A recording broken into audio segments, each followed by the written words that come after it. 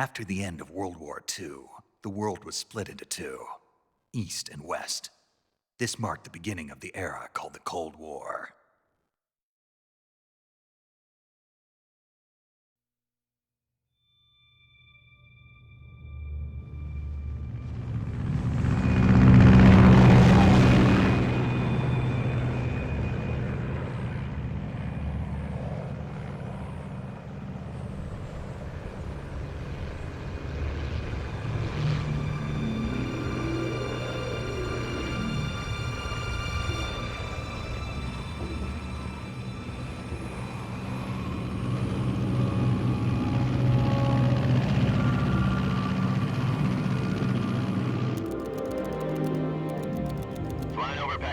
Altitude 30,000 feet. Approaching Soviet airspace. 20 minutes to drop off. Commencing internal depressurization. Equipment check. Arm main parachute. All right. You ready to go? Drop zone still showing a high pressure mass. Cav okay. Good. We've got high visibility.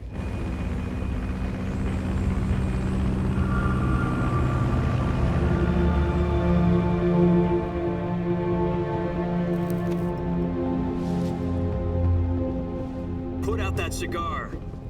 Connecting oxygen hose to interior connector. Put on your mask.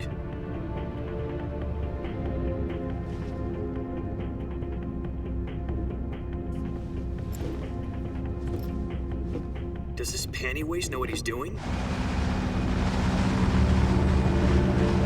Approaching release point. 10 minutes to drop off. Hey, are you deaf? He said put out the cigar and put on your mask.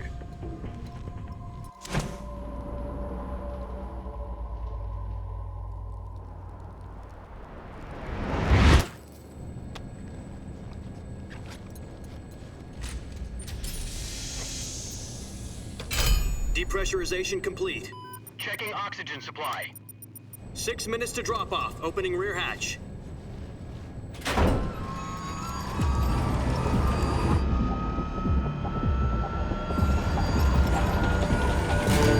Sunrise.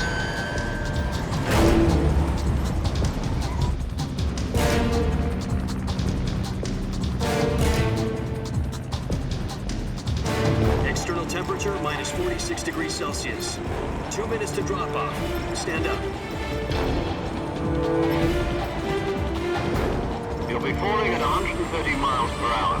Try not to get frostbite from the wind chill. 1 minute to drop off. Move to the rear.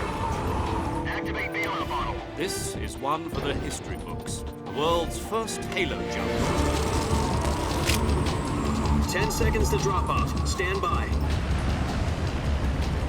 Status okay. All green. Prepare for drop-off. Countdown. 5, 4, 3, 2, 1. Spread your wings And fly. God be with you.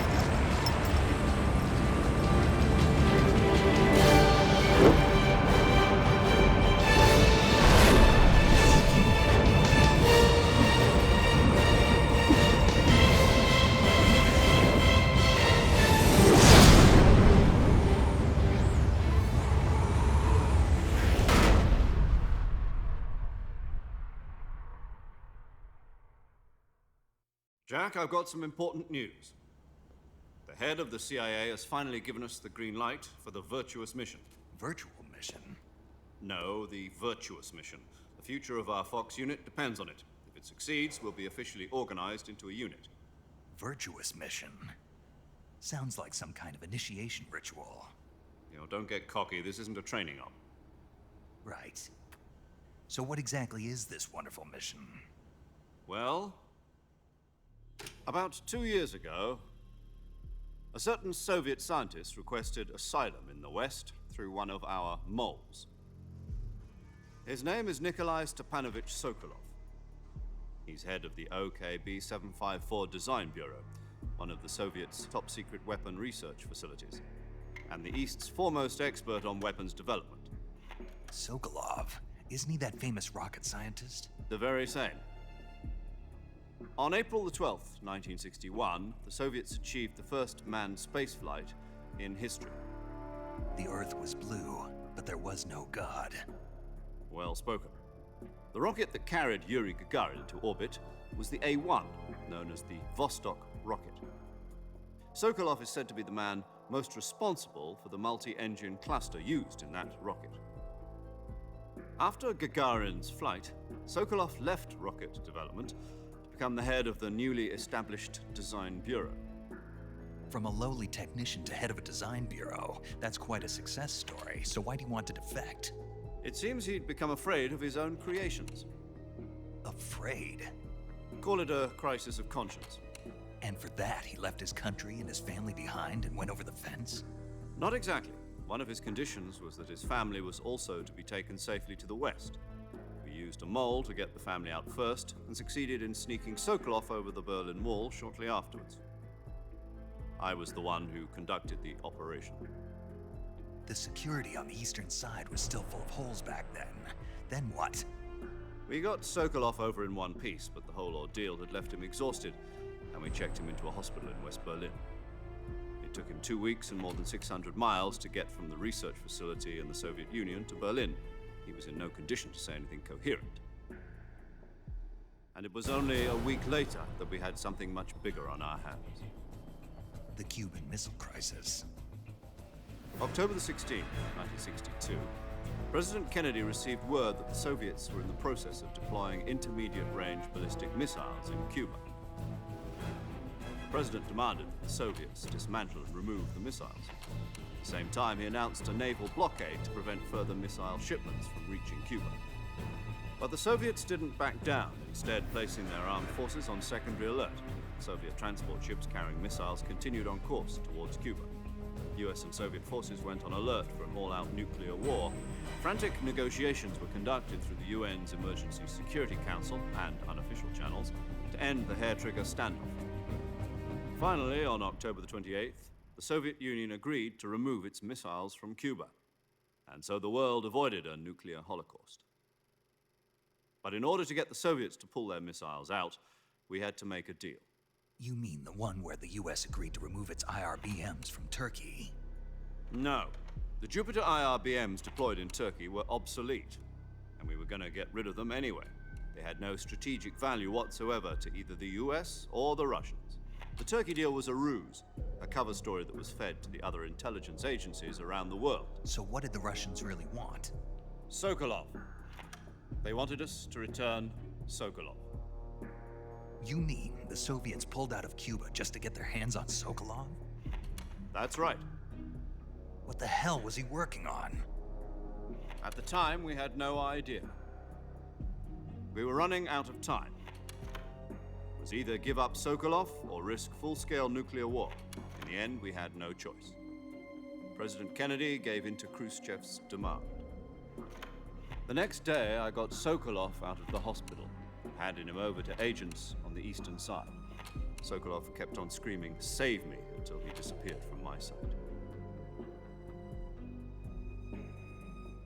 Then a month ago, we received some new information from one of our moles. About Sokolov? Yes. He was taken back to the research facility and forced to continue working on the weapon in question under KGB supervision. What's more, it's on the verge of completion. So what kind of weapon is it? Something to do with space rockets? No, missiles. Same technology. I guess you're right. We don't know the details, but it appears to be a new kind of nuclear device. For half a year now, the Soviets have been conducting frequent nuclear tests at Semipalatinsk. Something to do with the weapon, I assume. We're talking about a secret weapon so big that Khrushchev was ready to pull out of Cuba to get it back. Is Sokolov still in the facility? No. According to our intelligence, he's in Selino-Yarsk, a place in the mountains about 3 miles to the west that's known as the Virgin Cliffs. The Virgin Cliffs. Nice name for a virtuous mission. They moved him there just recently. Why? Apparently, they're conducting a field test of the weapon, but it's our best chance to get him back. This mission would never have been possible if he was still in the research facility. This is our last chance. Sokolov must have known that too when he contacted us.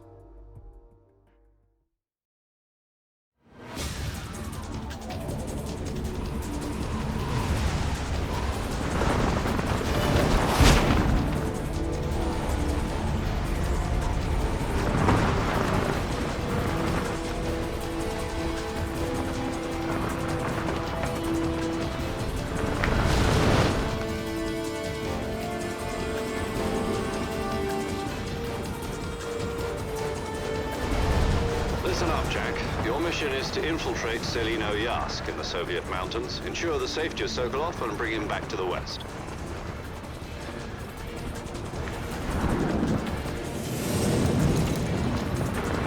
If we don't get Sokolov back before that weapon is complete, we'll be facing a major crisis. The clock is ticking.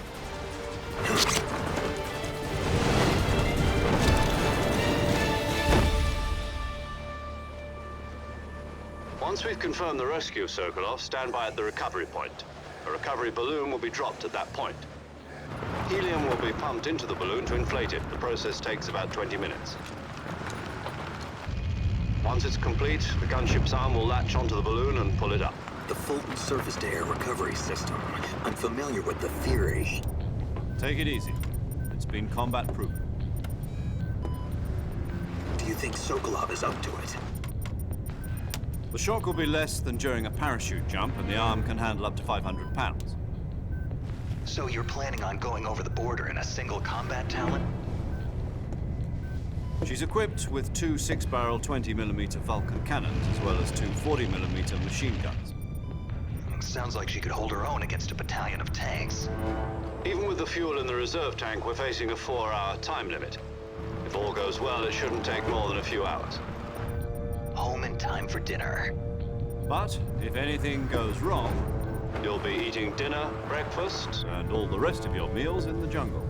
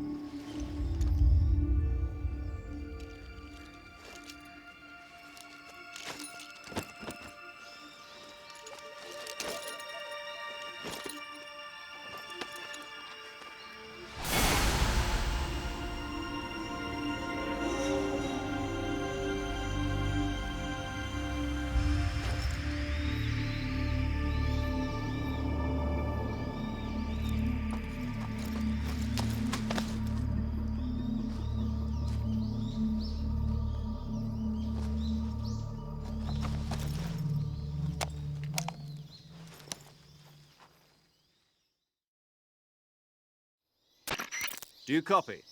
You're already in enemy territory, and somebody might be listening in. From here on out, we'll be using code names to refer to each other. Your code name for this mission will be Naked Snake. I'll be referring to you as Snake from now on. You're not to mention your real name. Snake? What, you don't like snakes? What do you mean? You've eaten one before, haven't you? In survival training. I'm glad to hear that. I don't know if I'd ever order one in a restaurant, but... Be careful, you might not have a choice. What about you, Major? What should I call you? Let's see. I'll be Tom. Call me Major Tom. This will be a sneaking mission. You must not be seen by the enemy. You must leave no trace of your presence. Is that clear? This kind of infiltration is the Fox unit's speciality. In other words, weapons and equipment are procured on site. That goes for food as well. You're completely naked, just as your name implies. Great. Now I see why you asked me if I like snakes. I suppose calling me Snake was your idea of a joke, too. No. There's a good reason for that. I'll tell you later when the time is right. Gotcha. Getting back to the subject, how exactly am I supposed to feed myself? You've been issued a knife and a tranquilizer gun. Use them to hunt for food. You'll also find some medical supplies in your backpack. Yeah, about the backpack. I lost it in a tree on the way down.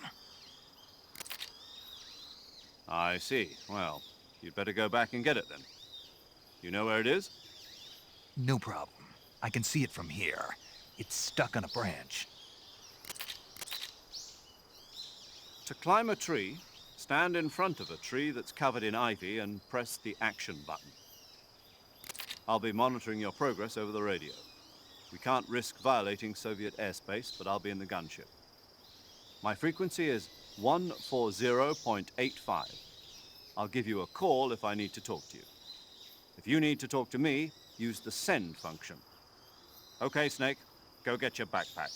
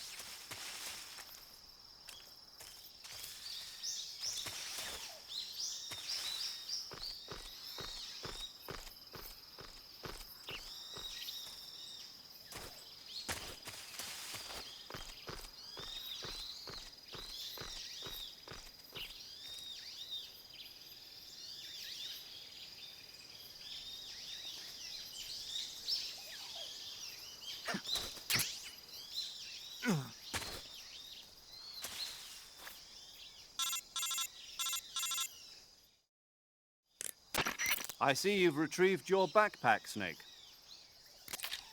To equip a weapon, it's necessary to take it out of your backpack.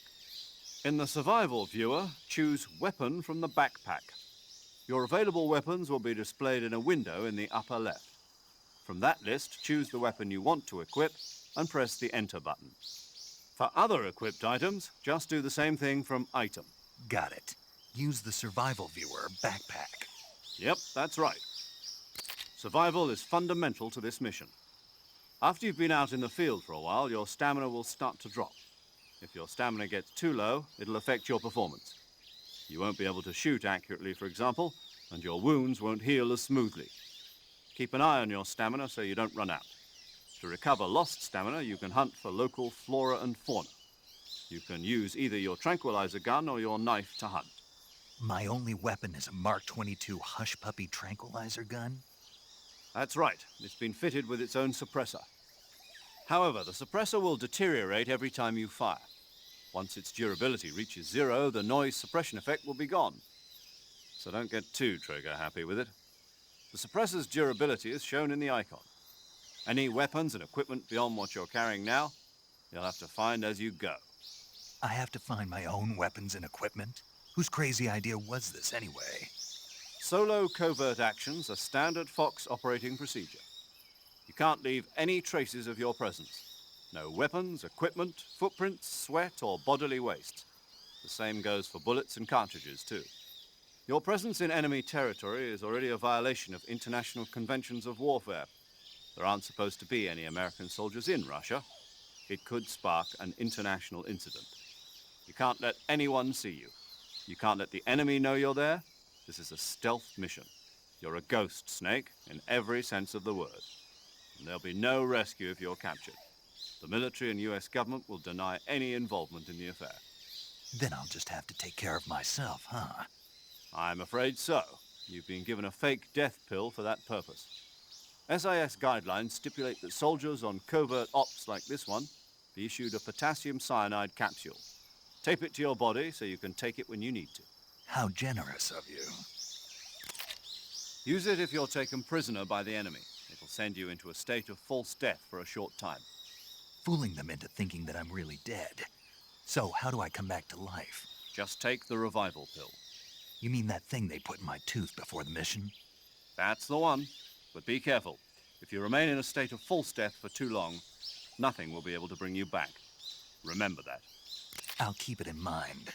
You said this was a solo mission, right? Right. I guess that means I can't count on any reinforcements. Correct. The mission rests entirely in your hands. A real one-man army. Relax. There's a support team ready to back you up over the radio. Who? I'll introduce them to you. This time, survival is of utmost importance. The first member of the support team will be in charge of monitoring your physical condition, acting as a medic, so to speak, as well as recording your mission data. She's a member of Fox as well, and she's here on the gunship with me. She? Hello, Snake. I'm paramedic. Nice to meet you. Paramedic. As in a medic who comes in by parachute. Aren't you going to tell me your real name? Are you going to tell me yours, Mr. Snake? My name, huh? It's John Doe. And they call you Jack for short. You're a regular Captain Nemo. A name means nothing on the battlefield. After a week, no one has a name. What's your name? Jane Doe. Very funny. I wasn't joking, but I'll tell you my name only if you manage to make it back alive. My frequency is 145.73. She's also in charge of recording your mission data. Whenever you want to save, send a message over the reserved save frequency, 140.96. So saving lets me record my mission data. That's right. It also records the state of your health. Good to know. There's one more person I want to introduce you to, Snake. Huh? Speaking of snakes, you remember the boss, don't you? A legendary soldier and your mentor. Actually, it was the boss that got the DCI's authorization in the first place. She's going to be serving as Fox's mission advisor. The boss is? She also helped me plan this mission. She and I were at SAS together. Jack, is that you? How many years has it been? Boss? That's right. It's me. Oh. Talk to me. Let me hear your voice. It's been 5 years, 72 days, and 18 hours. You've lost weight. You can tell just by the sound of my voice. Of course I can. I know all about you. Really? Well, I don't know anything about you. What's that supposed to mean? Why'd you disappear on me all of a sudden? I was on a top-secret mission. You didn't need me anymore. But there were still so many things I wanted you to teach me. No, I taught you everything you needed to know about fighting techniques. I taught you all I could. The rest you needed to learn on your own. Techniques, sure. But what about how to think like a soldier? How to think like a soldier? I can't teach you that. A soldier needs to be strong in spirit, body, and technique. And the only thing you can learn from someone else is technique. In fact, technique doesn't even matter. What's most important is spirit. Spirit and body are like two sides of a single coin. They're the same thing. I can't teach you how to think. You'll just have to figure it out for yourself. Listen to me, Jack. Just because soldiers are on the same side right now doesn't mean they always will be. Having personal feelings about your comrades is one of the worst sins you can commit. Politics determine who you face on the battlefield. And politics are a living thing. They change along with the times. Yesterday's good might be tomorrow's evil. Is that why you abandoned me? No, it had nothing to do with you. I already told you, Jack. I was on a top-secret mission. A soldier has to follow whatever orders he's given. It's not his place to question why. But you're looking for a reason to fight. You're a natural-born fighter, but you're not quite a soldier. A soldier is a political tool, nothing more. That's doubly true if he's a career soldier. Right and wrong have no place in his mission. He has no enemies and no friends. Only the mission. You follow the orders you're given. That's what being a soldier is. I do whatever I have to get the job done. I don't think about politics. That's not the same thing. Sooner or later, your conscience is going to bother you. In the end, you have to choose whether you're going to live as a soldier or just another man with a gun. There's a saying in the Orient, loyalty to the end. Do you know what it means? Being patriotic. It means devoting yourself to your country. I follow the president and the top brass. I'm ready to die for them if necessary. The president and the top brass won't be there forever. Once their terms are up, others will take their place. I follow the will of the leader, no matter who's in charge. People aren't the ones who dictate the missions. Then who does? The times. People's values change over time, and so do the leaders of a country. So there's no such thing as an enemy in absolute terms. The enemies we fight are only enemies in relative terms, constantly changing with the times. As long as we have loyalty to the end, there's no point in believing in anything, even in those we love. And that's the way a soldier's supposed to think? The only thing we can believe in with absolute certainty is the mission, Jack. All right, but do me a favor. What is it? Call me Snake. Snake. Oh, right. Your code name is Snake. It suits you well. That's right. The legendary unit that the boss put together during World War II was a snake. The Cobra unit, a group of heroes that brought the war to an end and saved the world. As long as you've got a legendary hero backing you up, you'll be fine. Isn't that right, Snake? Yeah, I can't think of anyone else I'd rather have with me. Oh, and one more thing, boss. Yes? It's good to hear your voice again. Same here. After all, who knows if either of us will make it out alive? Snake, you are always best at urban warfare and infiltrating buildings. But this is the jungle. Survival is going to be key. Those CQC techniques I taught you are sure to come in handy. CQC? Close quarters combat, huh? I've been in the Green Berets for the past few years. I'm probably pretty rusty. Not to worry. I'll be here to help you remember. After all, this is your first actual survival mission. I'll be supporting you over the radio. Where are you, boss? Next to the Major? The boss is communicating with us by radio from aboard a Permit-class submarine in the Arctic Ocean. My frequency is 141.80. Call me if you need my advice on battle techniques. Gotcha.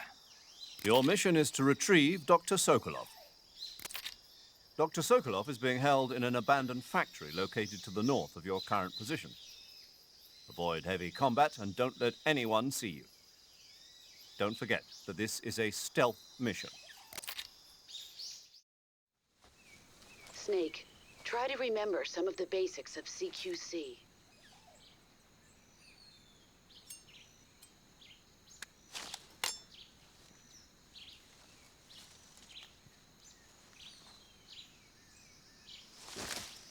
Commencing virtuous mission now.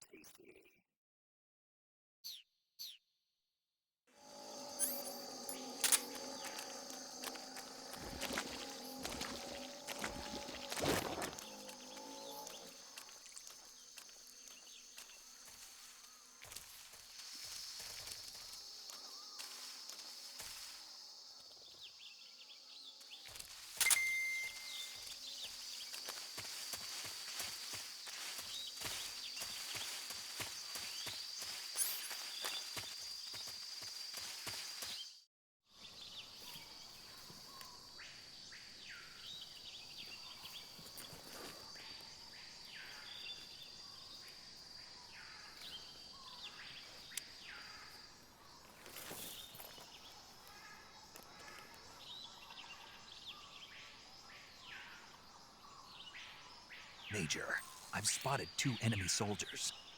They're probably KGB troops sent to guard Sokolov. AK-47s and grenades.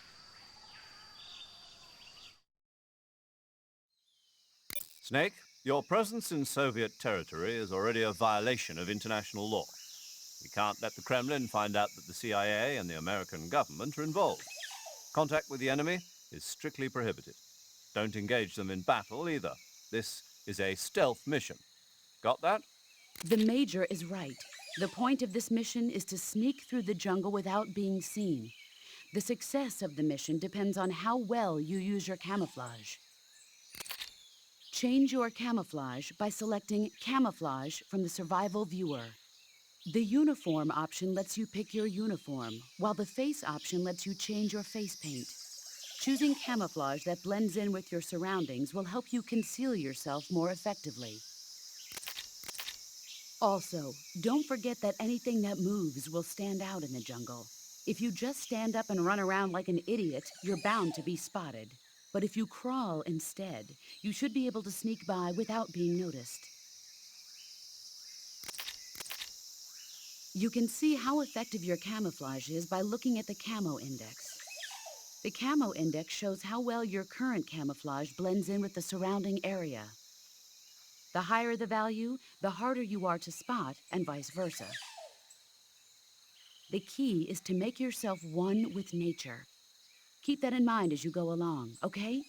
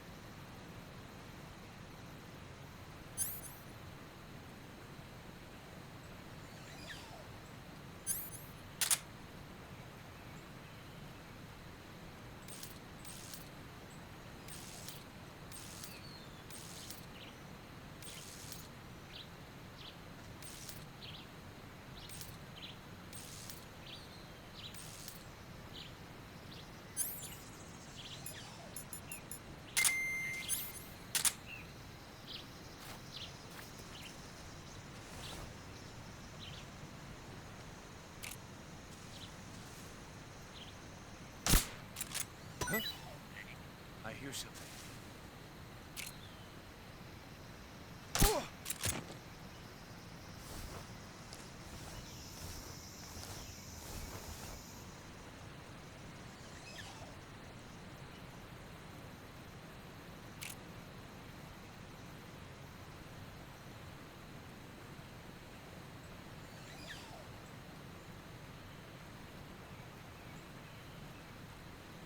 What's wrong?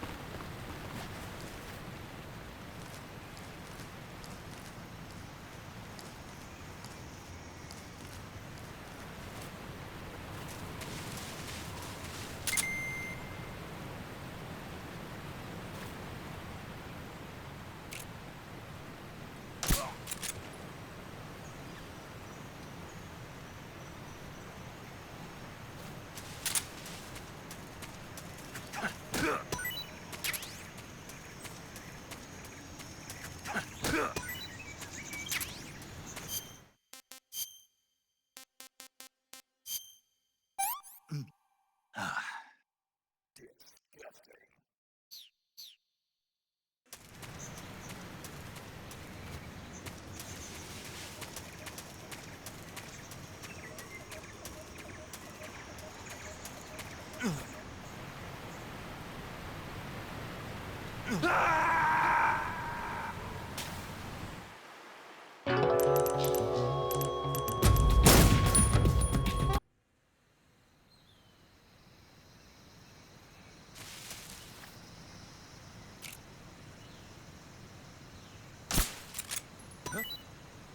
I hear something.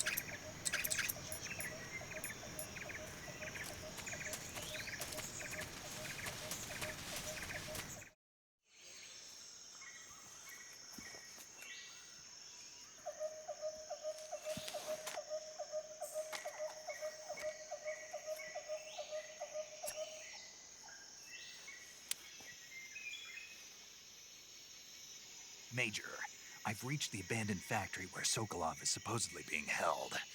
This place is a dump.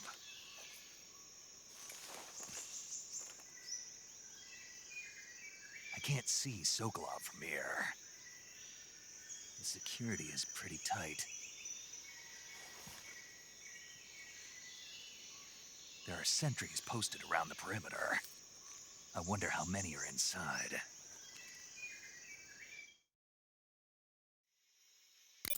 Your objective, Sokolov, is inside the factory. They should be holding him in a room in the northeast section. Northeast section. Got it. Be careful. Your mission is to bring Sokolov back alive. He must not be exposed to any kind of danger. Do not approach Sokolov while in the alert phase. Right. Oh, and one more thing, Snake. You mean there's more? No, it's just that when you get to Sokolov, I want you to tell him something from me. And that is? Sorry for being so late. Is that all? Yes. Understood. Beginning my approach to the target.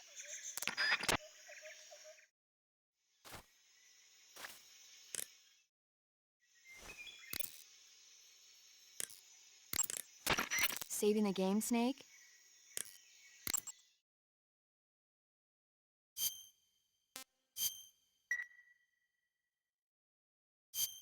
Hey, Snake, you ever heard of Godzilla, King of Monsters? No, what is it? It's a movie. You haven't seen it? Nope. It's about this monster called Godzilla, who grows to an enormous size in a nuclear test and goes on a rampage in Tokyo. Nuclear test, huh? Then the Marshall Islands must be crawling with giant monsters right about now. It's just make-believe. Maybe that's why my pants have been so tight lately. Snake, it's a movie, not a report out of Los Alamos. I know. So then what happened?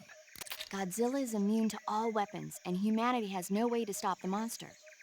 Dr. Shirazawa develops a new type of weapon, but meanwhile, Godzilla is getting closer and closer to Tokyo, obliterating everything in its path. It was originally a Japanese movie, but they made an American version, too. I recommend seeing the original Japanese one if you ever get the chance. It's mostly mindless fun, but it's also got a serious anti-nuke message as well. Where can I see the original? You'll just have to go to Japan. Really? That's too bad. Well, if you wait 40 years, you might be able to see it in America, too. Why's that? 2004 will be Godzilla's 50th birthday. You think they're still going to be making Godzilla movies then? Of course! Everybody loves Godzilla. You sure know a lot about movies. I don't suppose you're the movie-watching type, are you? Not really. Okay, then I'll tell you everything I know. When the going gets tough, movies can save your life. It's always good to be able to look at things from a different perspective when you get in a jam. That's the magic of movies. No kidding. Well, I guess it might at least make a nice distraction. That's the spirit, Snake. Have a little fun.